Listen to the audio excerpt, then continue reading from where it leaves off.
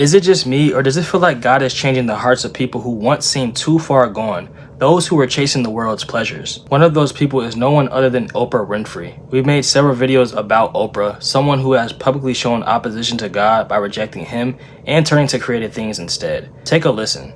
To what you call God. And her path might be something else, and when she gets there, she might call it the light.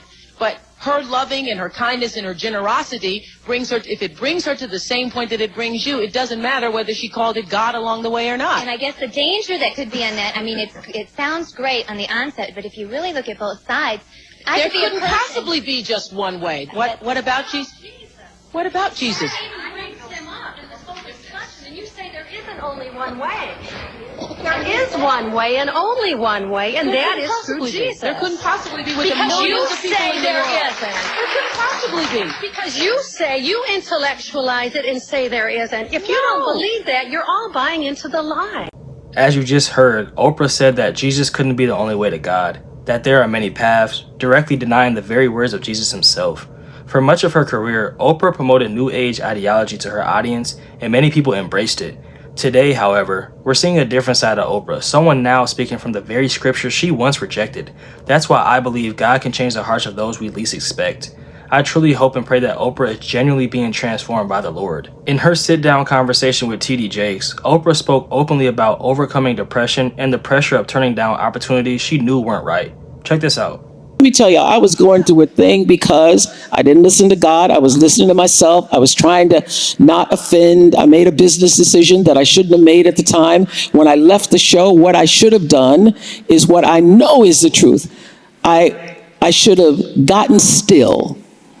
So much so that I would wake up in the middle of the night, and the Bible verse that was running through my head was, "They that wait on the Lord shall renew their strength." But I had all these contracts for, starting a new network, and I was like, oh, but they're there, but God, and I was trying to convince God that it was the right thing to do.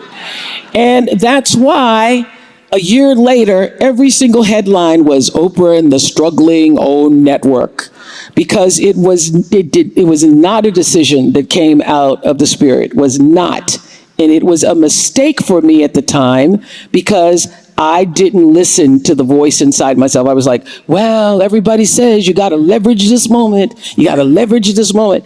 And I have to tell you, I was as close to being depressed as one can be, and still moving through the world. And I came down to the Potter's house.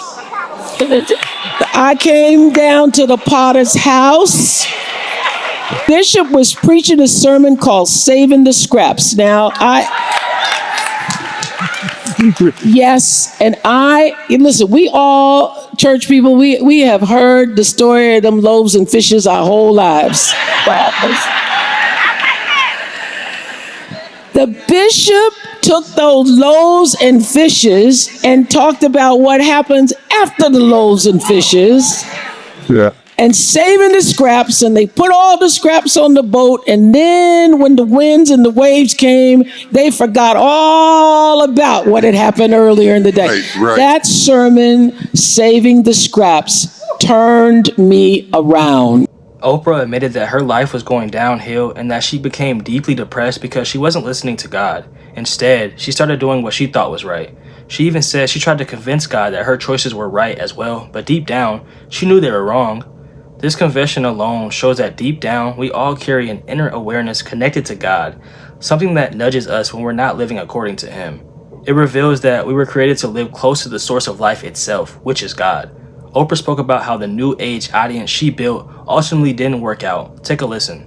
It's up in a mess, right, and go make it a bigger mess. Well, what I realized is I'd started out with this idea that I was going to have it as a spiritual, inspirational channel based on Seed of the Soul. And that audience was not coming. So what I was able to do in making the shift is what a lot of people do in relationships and also businesses. You have this idea that you want, or you want this person to be, and you're trying to force that thing instead of looking at what do you really have? What is the audience that followed you to this channel, and how do you now take that base and use that base and offer that audience what they are looking for? That is what I did. I had an idea of what it should be, then it showed me what it wanted to be and what it could be. And so I shifted and moved in the direction of what was possible instead of pushing against the resistance of what I thought should be possible. That is what changed. That's what happens when something is built apart from God. It eventually falls short. Nothing can replace the fulfillment that only He provides.